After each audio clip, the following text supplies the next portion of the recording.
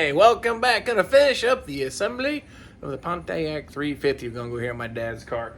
Been working on this thing slowly but surely. You haven't seen from the beginning. Go back a few videos. We assembled this thing, got the machine worked. Gonna be a really nice running, just a very stock-ish 350. But we're kind of the point now. I'm gonna do some oil pump priming, valley pan, intake, balancer. A few little things kind of highlight before we wrap the engine build series up. Some things that maybe you know or don't know, or maybe you would like to know and you didn't even know it. Anyway, but nonetheless, let's get this going by dumping some oil in, show you how I like to prime it and what we're looking for. All right, valve trains assembled, lifters installed, got the valves all adjusted. But we're getting ready now to prime the oil pump. Now, in order to do so, we need an oil filter housing.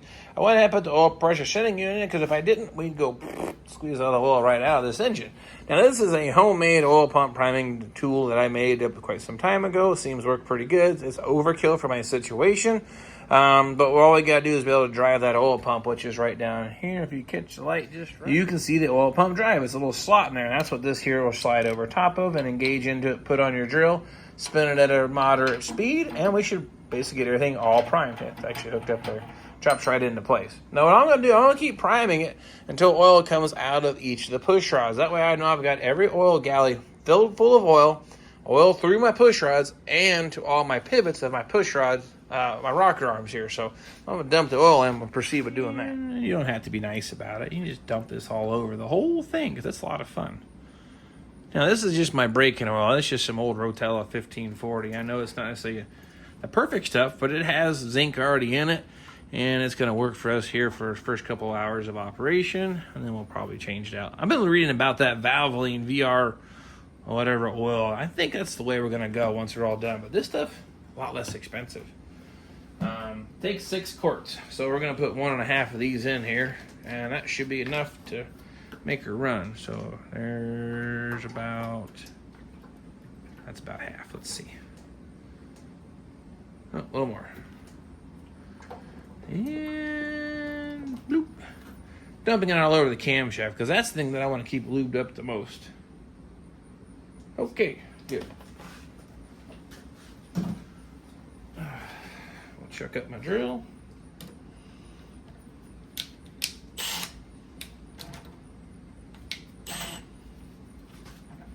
Now here's the thing about it. Which way has it got to spin? Yeah, I always forget. Being a Pontiac guy, you think I'd remember.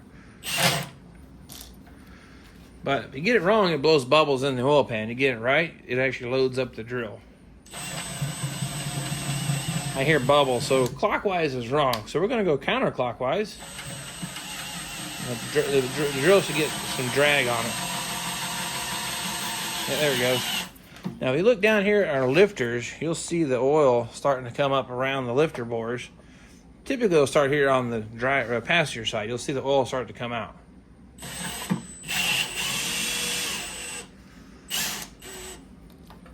If you look at this side here, you'll see oil starting to come out there.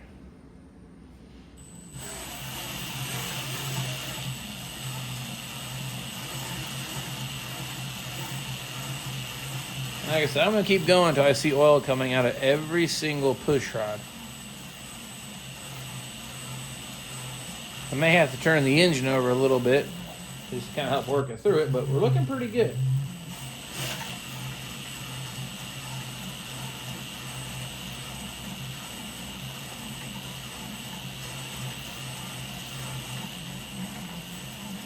Yeah, they're all starting to go now.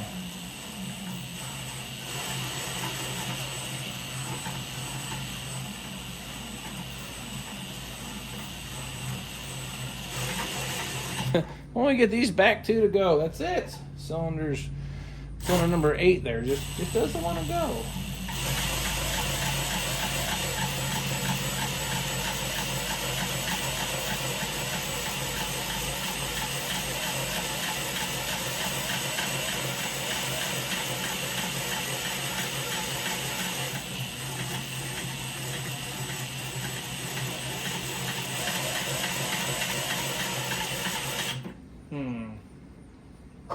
Well, if I only get that one there to go, I feel pretty good. But look at all these here.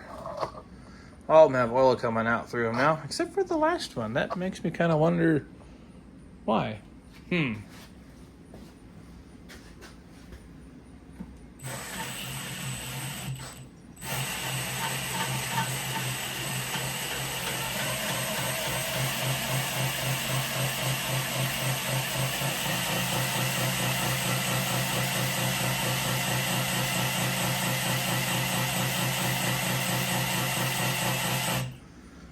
Well, maybe we'll give the engine a little bit of a turn.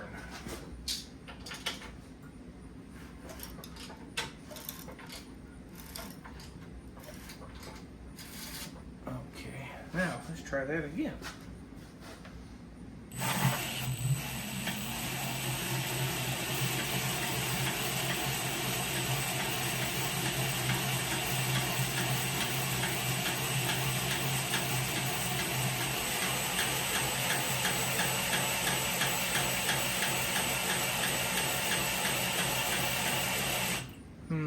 Still not getting there.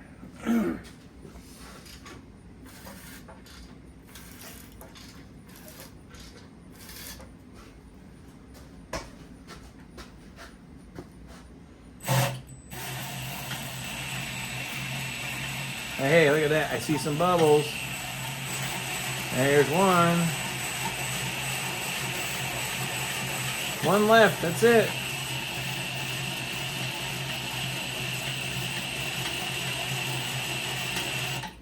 Turn the engine over a little bit more.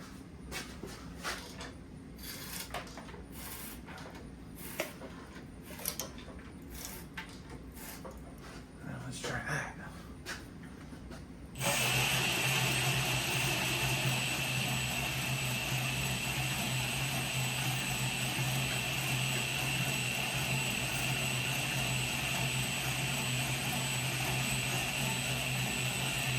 Well, something's not right. That should be something coming out of there. I'm going to take this rocker arm off and inspect that push rod.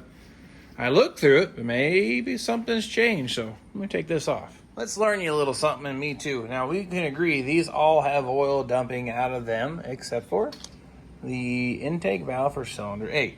Now, the oil galley is fed from basically the main bearings back up to the oil galley. Well, if the very rear cylinder is being fed oil, oil's going past this lifter, so the lifter should be getting fed oil.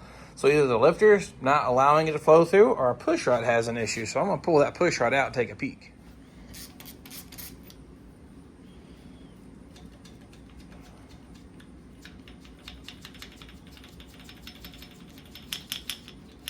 Well, lay these off to the side here.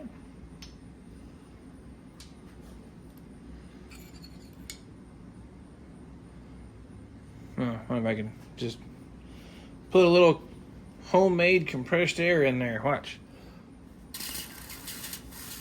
Well,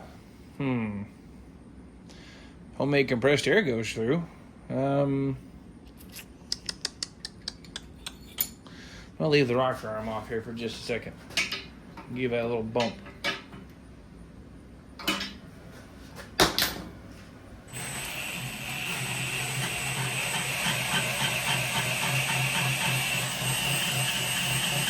So it's coming out of the lifter down there in the lifter bore.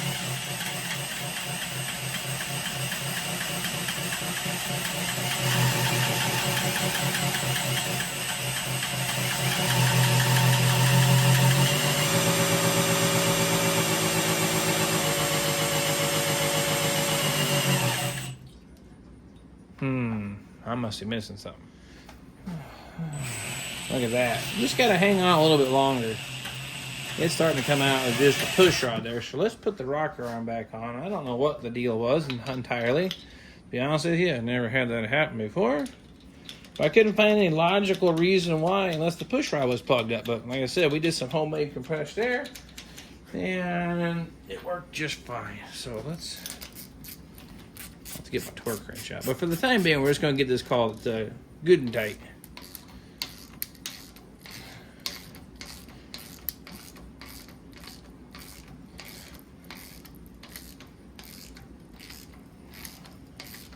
Well, there we go. Just snug. Now, I'm going to crank on that some more and make sure oil comes out of there.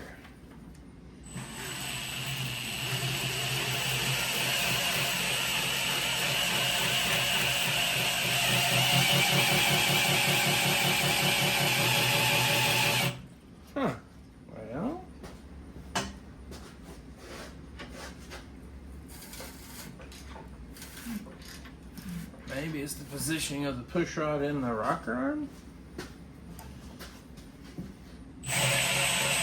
Ah, okay. That rocker arm was pitched up, it was covering the hole up. Well, lesson learned.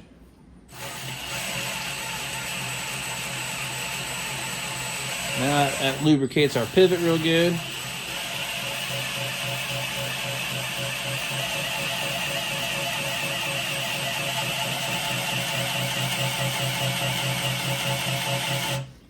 Ta-da! She is 100% primed finally. Now that our oil system is all primed, I'm going to go ahead and install the valley pan cover.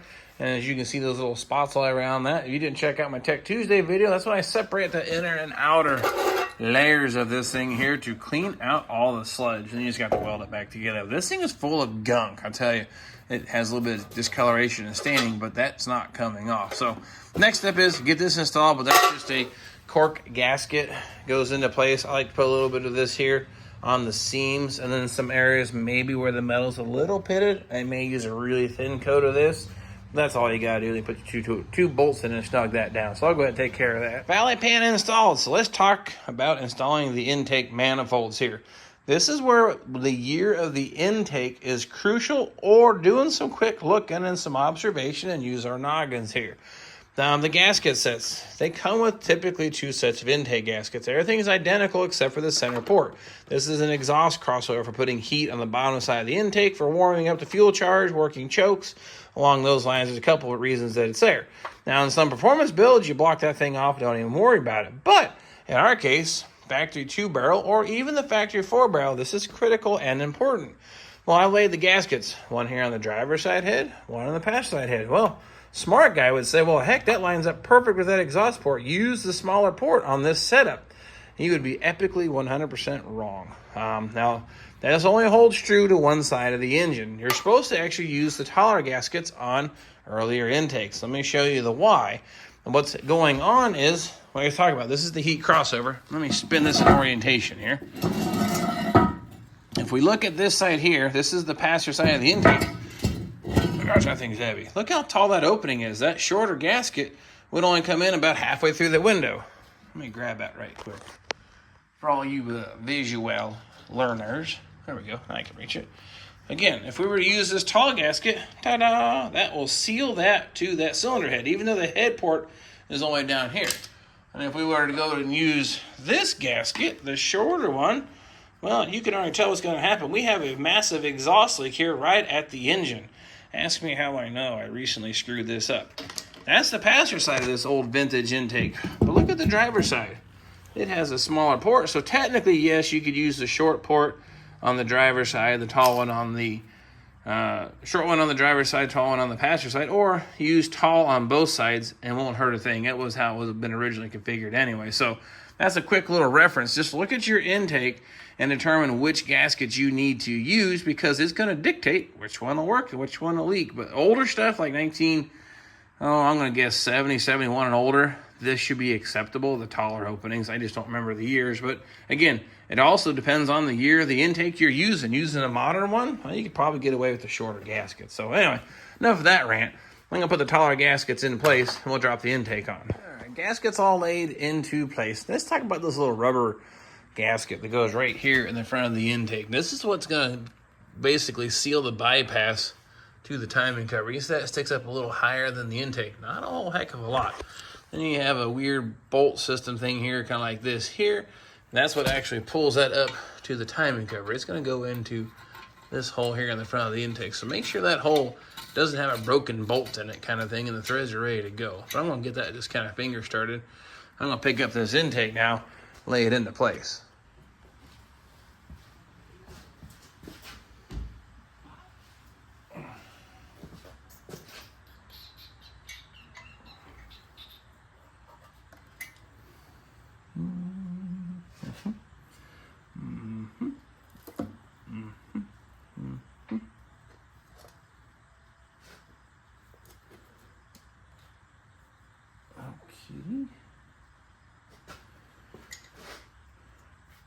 Now, I like to tighten up this bolt first, pull the intake forward, because lining up ports is important to the head and the gasket for performance reasons, but I don't like leaks, so I like to snug this bolt after you get all the intake bolts just in, but not torque, but kind of pushing the intake down just a little bit. Then torque this first, then come back and then tighten up your intake bolts. A little side note here for you. As you're installing the intake bolts, only the outer 2 bolts on each side, those are blind holes. The center ones all go into the crankcase or into the oil cavity, basically. So if you don't put some thread sealant on the center 4 bolts, you could have some oil leaking up past those bolts. So this will FYI for you. So you want to put something on your threads before putting those bolts in to prevent any oil leaks or oil puddling in your valley pan or on your intake. All the intake bolts are in here, but they're just snug on the intake, so it may be like 1 or 2 foot-pounds of force. Now I'm going to tighten up this bolt here, and you can actually, maybe on the camera, watch that gap close. Now if these bolts are already tight, it's going to flex the timing cover or not even move at all and leave a gap. And I've fought a lot of leaks here on these, and this is, to me, seems about the best way to prevent that. Now watch that gap there as I snug this up.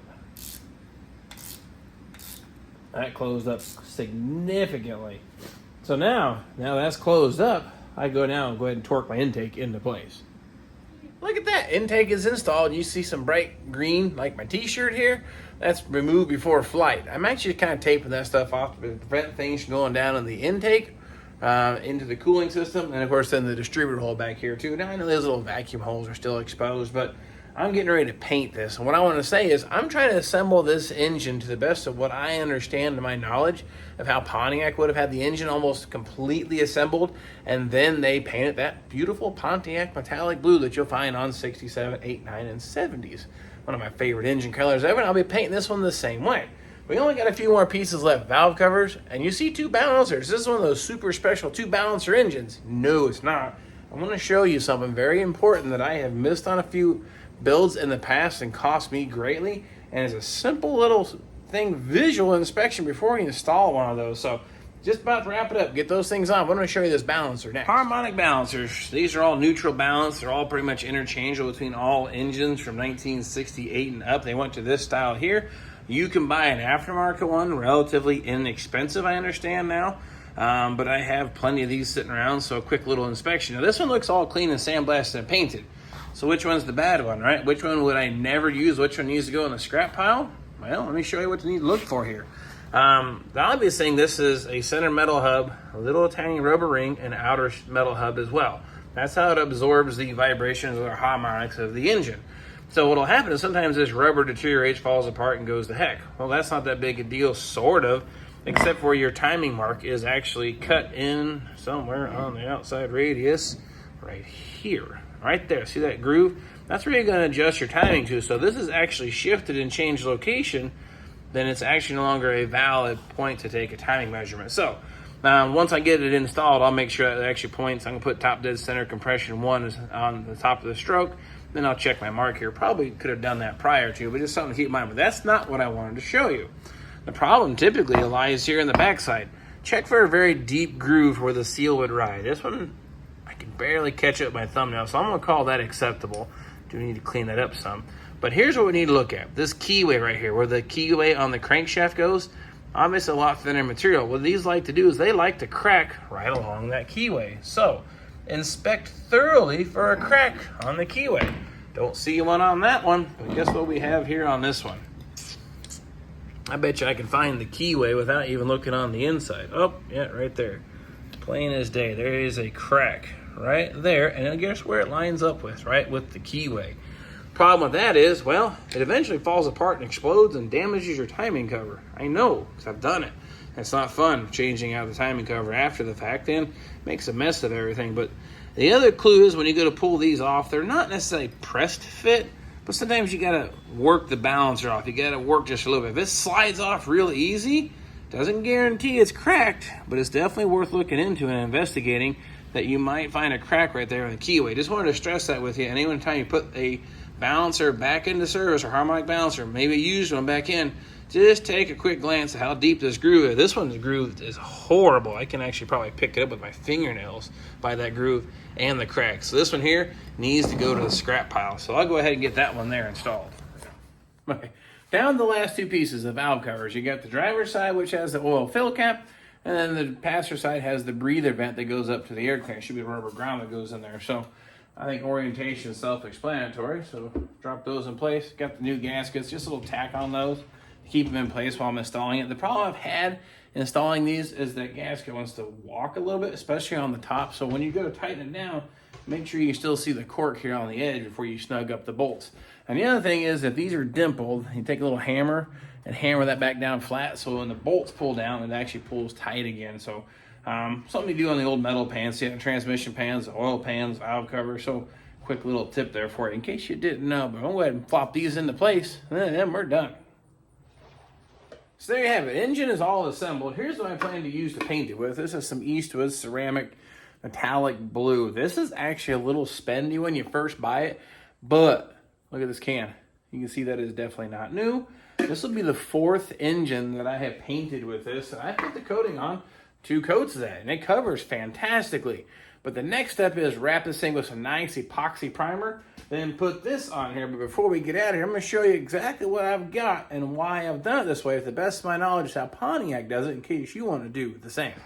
Next step is, like I just said, we're going to put a coat of epoxy on this, but oil filter housing will be on. I don't know if the oil filter technically gets painted metallic blue or not. Don't care. It's going to come off shortly after running it. Got me a nice Wix filter on there, so I'm going to leave it on to keep paint out of where it don't belong kind of thing. I'm going to put some old spark plugs in the spark plug holes to keep the same thing out of that.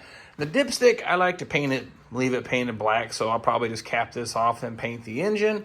Valve covers, as you saw, I put these on. These have been sandblasted. I did a little metal hammering and dollar there. They had a little dent in it, but if it's a 350 or smaller engine car, they were painted Pontiac metallic blue. 400 engines, on the other hand, first-gen birds, they would have been chrome. So if you got a 400 car trying to duplicate the look of a 400 car, you need to buy some nice chrome ones. The balancer is painted the metallic blue. The lifting eye is.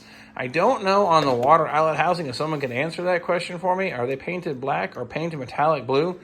I don't actually know that off the top of my head, unfortunately. But same thing at this side here. Paint that valve cover up just the same. And the oil pan, drain pan, plug, everything all in place. So this all now gets painted that Pontiac metallic blue. And then we start putting all the accessories on and flop it right there on that frame in preparation to make it run. One more little side note. If you have the original bolts, they have studs. Yeah, well, I understood the studs went across the bottom here. And then the rest are just a hex bolt. And one of them is slightly longer. That's because it has this brace that goes up to the alternator. So I got it put into place to paint it blue, but we're going to take it back out to put that bracket in there. So anyway, that was a quick last little piece I wanted to share with you. All right, so there you have it. Pontiac 350 has been reassembled, ready to paint. That's what you're going to be seeing next go around here on the old Vinyl Village garage. So we can get that thing put back on the frame, get the transmission put on, put everything all on this engine so we can run it on our engine test run stand, as you've seen us do here in the past. So make sure this isn't going to have problems. I'm also thinking I may pull this off the engine stand, tip it back really, really far to go ahead and load test that rear main seal. This thing's full of oil. It should not leak a drop if I put this on a heck of an incline to keep the oil level above that seal. It doesn't operate that way, but it's one thing that I can do right quick for stabbing it back inside a car permanently and find out that was an epic fail. So that's one thing that may be going on either way. But anyway, appreciate you following me on all this stuff. Hope this helps you out, build you some confidence, knowing you can put an engine together. Got it all ready to paint. That'll be a whole separate video. And of course, anything else I can do to help you out, let me know just the same. If not, we'll keep plugging away on the old Lamborghini. Hopefully have a working drivetrain here really soon. That means then we can attach it back to that body right there. So you don't want to miss all that. Don't forget to subscribe. Please share it with your friends. And one more thing, if anyone has a hookup on a tire balancer, some of these people like to donate tools to the Vinyl Village garage to demo. I would more than happily demo a tire balancer. So anyone listening, anyone knows, let me know just the same. Appreciate you following me, and we'll catch you all next time.